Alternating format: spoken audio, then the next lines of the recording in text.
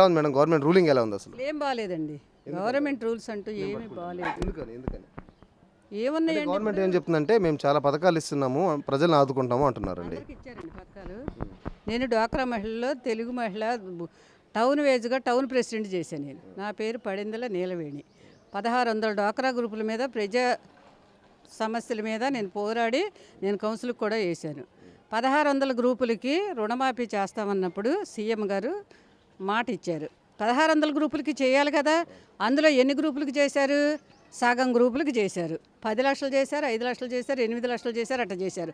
మరి బాగా ఉన్న వాళ్ళకి మాఫీ చేసి లేని వాళ్ళందరికీ ఇది చేస్తే వాళ్ళు ఏమైపోతారు అసలు? ఇప్పుడు 45 సంవత్సరాల వాళ్ళకి పథకాలు పెట్టారు. 45 సంవత్సరాల ఆవిడ రోడ్డు మీద పరిగెత్తగల, 60 సంవత్సరాల ఆవిడ రోడ్డు మీద పరిగెత్తుందా? ఏదన్నా పథకం ఇవ్వాలంటే 60 సంవత్సరాల వాళ్ళకి. అదేమనంటే తాతలకి అవ్వలకి ఇస్తూ ఉండదు. ఏ తాతకి ఏ అవ్వకి నిజమైన న్యాయం ఏమీ జరగట్లేదు. అసలు అంతా డొల్లేనండి, ఒక రకం డొల్లు కాదు. న్యాయంగా అడిగితేనే వాళ్ళని తీసుకెళ్ళటం, వాళ్ళని తంతామంటాం, పొడుతామంటాం, ఇలా చేయటం చేస్తున్నారు. మేమేంటంటే ముక్కుసూటిగా మాట్లాడే మనుషులు. నా పేరు నీలవేణి, నేను డ్వాక్రా మహిళని. డ్వాక్రా వాళ్ళు మొత్తం ఫామ్ చేసింది నేను. ఏంటంటే ఈ పట్టు గ్యారంటీ ఎనిగెళ్ళ రాము గారు ఇక్కడ వస్తారు, మార్పు కోరుకుంటున్నారు. ఎనిగెళ్ళ రాము గారు వస్తేనే మళ్ళీ కొత్త ప్రభుత్వం ఏర్పడితేనే ఇక్కడ ఏదైనా కానీ అసలు న్యాయం జరుగుతుంది. ఇక కానీ అదే ప్రభుత్వం వచ్చిందంటే అదేదో ఎక్కడో ఏదో జరిగింది చూడండి, అట్లాగే జరుగుతుందండి. డ్వాక్రా టిక్కో ఇళ్ళు ఇచ్చారండి. టిక్కో ఇళ్ళు ఇచ్చి ఏం చేశారు? ముందు 50,000 ₹1,00,000 కట్టమన్నారు. తర్వాత 50,000 అన్నారు. సరే 50,000 కట్టి అవి ఎట్లాగా ఒక్కొక్కళ్ళు మేళల్లో మంగళసూత్రాలు కూడా తీసి తాకట్టు పెట్టి కట్టారండి. అవి కట్టిన తర్వాత ఏమన్నారు? 14 ఏళ్ళు 2006లో ఇస్తే స్థలాలు సెంటు కాడికి దగ్గరుండి ఒక కౌన్సిలర్ మోసం చేస్తే నేను దగ్గరుండి నేను పంచిచ్చానండి. తర్వాత ఏయో అపార్ట్మెంట్లు అన్నారు, అపార్ట్మెంట్లు కట్టారు.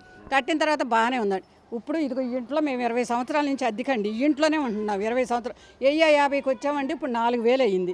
అక్కడికి వెళ్ళి మారుమూల ప్రాంతాలకు వెళ్ళి 10 కిలోమీటర్ల లోనకి వెళ్ళి ₹4,000 కట్టాలంటే మానవుడు అక్కడ కట్టగలుగుతాడండి? ఎక్కడ అద్దెకుండి సొంత ఇంట్లో ఉంటున్నామన్న ఫీలింగ్ ఏముందండి మనకి? ఇంకాను మేము ఇల్లు ఇచ్చాం, మేము ఇల్లు ఇచ్చాం. ఏంటి మీరు ఇల్లు ఇచ్చింది? మాకు ఇల్లు ఏమి ఇవ్వలేదండి, ఊరికే ఏమి ఇవ్వలా మాకు. 4,000 ఒక మనిషికి. ఇప్పుడు 40 ఏళ్ళు, నాకు 50 ఏళ్ళే అనుకోండి, నాకు 20 ఏళ్ళు పెట్టారు అక్కడ.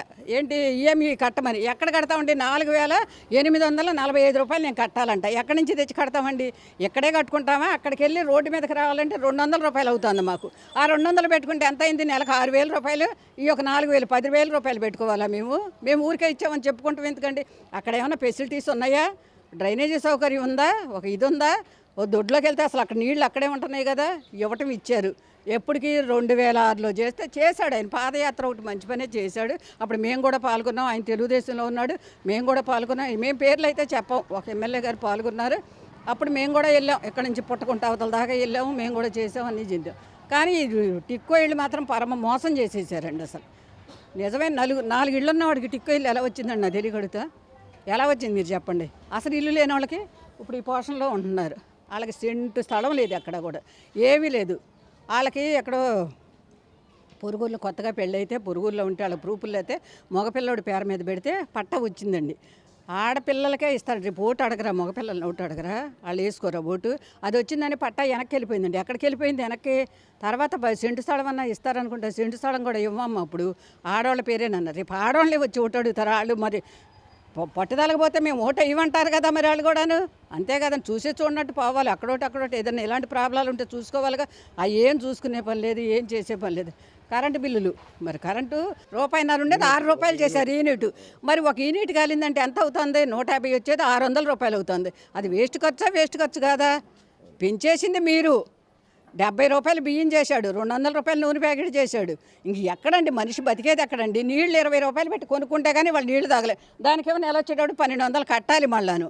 దీనికేమో పన్నుగా ఇవాళేమో పన్ను ఇది ఇచ్చేళ్తారు, రేపొద్దునేమో చెత్త పన్ను, రేపొద్దున వచ్చి మళ్ళీ దానికి డబ్బులు కట్టమని.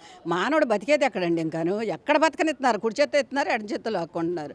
ప్రభుత్వం అసలు ఏమండి చేసింది కొన్ని చేస్తున్నాడండి ఆయన. కానీ మధ్యవర్తులు కింద స్థాయి వాళ్ళకి అసలు అందనివ్వట్లే, ఏది కూడా రానివ్వట్లేదండి. ఇప్పుడు ఏమండి ఖచ్చితంగా మారిపోతుందండి. మారాలి. మారితేనేనండి, లేకపోతే అసలు ఈ పట్టిక మానవుడు బతకడానికి అవకాశాలు లేవు. నేను 2004, 2009, 2014, 2019 ఇప్పుడు 5వ ఎలక్షన్ నేను చేసేది. నేను బూత్ ఏజెంట్గా కూడా చేసి 5 ఎలక్షన్ చూసా. ఈ పట్టు మాత్రం మారపోతే మాత్రం ఇక అసలు ఇది మాది శుభ్రాహ్మణ క్యాస్ట్ అండి. అన్ని క్యాస్ట్ వాళ్ళకి ₹10,000 సంవత్సరానికి వేస్తాడండి.